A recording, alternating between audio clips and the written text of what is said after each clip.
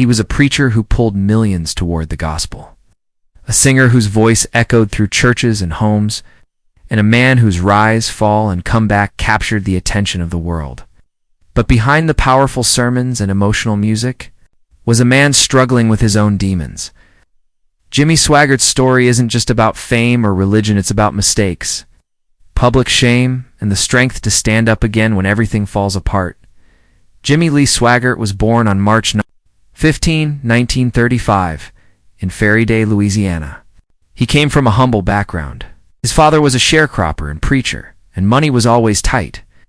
Jimmy grew up in a wooden house with no electricity.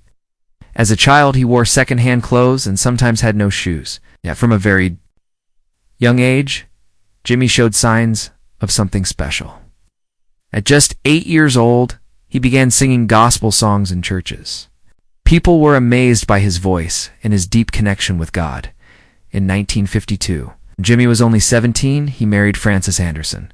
The two stayed together through thick and thin, but life was far from easy. Jimmy started preaching in small churches and held revivals in tents and empty buildings. He traveled around Louisiana, often without money for gas or food. Sometimes his only reward for preaching was a bag of groceries or a place to sleep. But he never gave up, believed God had called him, and he would answer that call no matter the cost. By the 1960s, things began to change. Jimmy launched a radio ministry that quickly grew. His voice, now more powerful and polished, began reaching people far beyond his hometown. In the 1970s and 1980s, he moved to television, and that's when everything exploded. The Jimmy Swaggart telecast became one of the most watched religious programs in the world. His messages, filled with fire and emotion, drew millions. He cried on stage, shouted scripture, and sang songs that moved people to tears. At the height of his career, Jimmy Swaggart's ministry was earning more than $150 million a year. He had a massive church in Baton Rouge, a Bible college, a private school, and even his own record label. His gospel albums won awards. His sermons were broadcast in over 100 countries. Some saw him as the next Billy Graham. But unlike Graham, Jimmy's style was dramatic, emotional, and full of raw energy. People either loved him or criticized him. There was no middle ground. But in 1988, everything changed. A scandal broke that shocked his followers and the world. A newspaper published photographs of Jimmy Swaggart with a prostitute outside a cheap motel.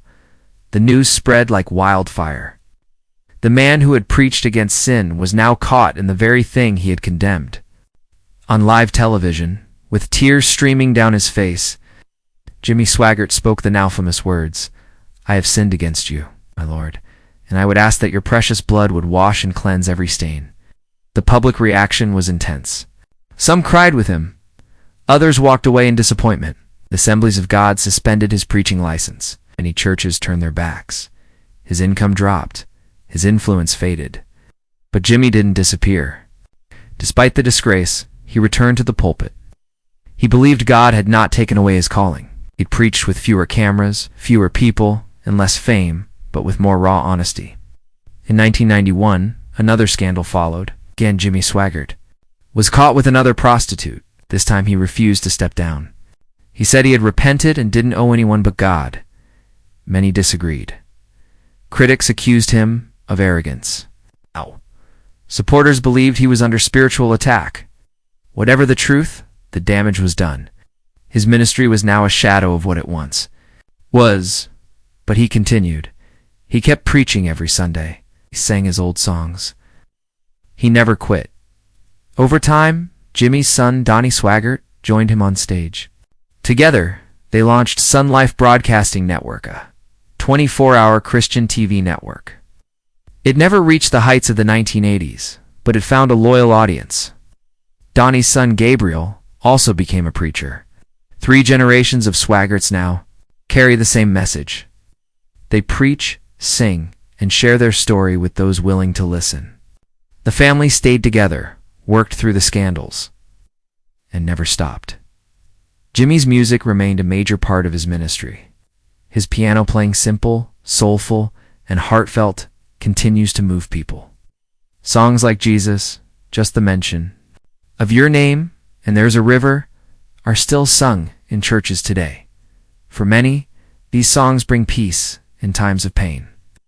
Even those who don't follow his teachings often say his music has a healing power, but the criticisms haven't stopped. Over the years, reports have surfaced questioning how his ministry handles money. Some say he lives too comfortably for someone who claims to serve the poor. Others argue that he's already paid a heavy price and still continues to preach, even in his old age. Opinions are divided.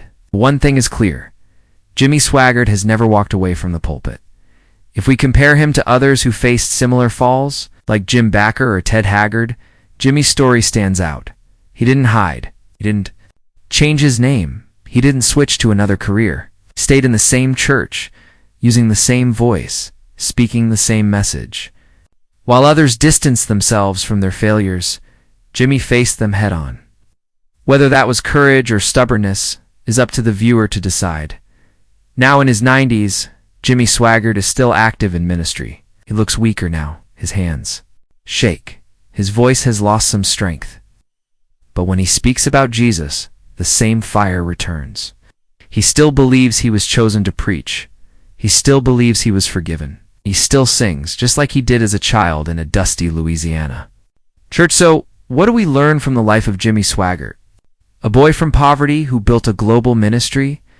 A man who fell not once but twice in front of the whole world?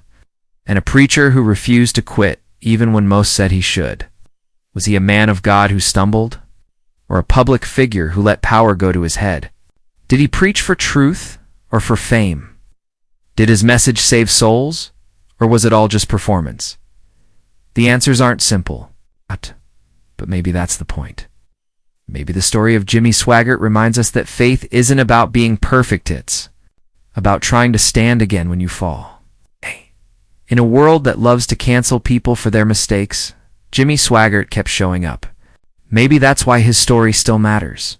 And now, we ask you, do we define someone by their worst moment, or by the way they face it?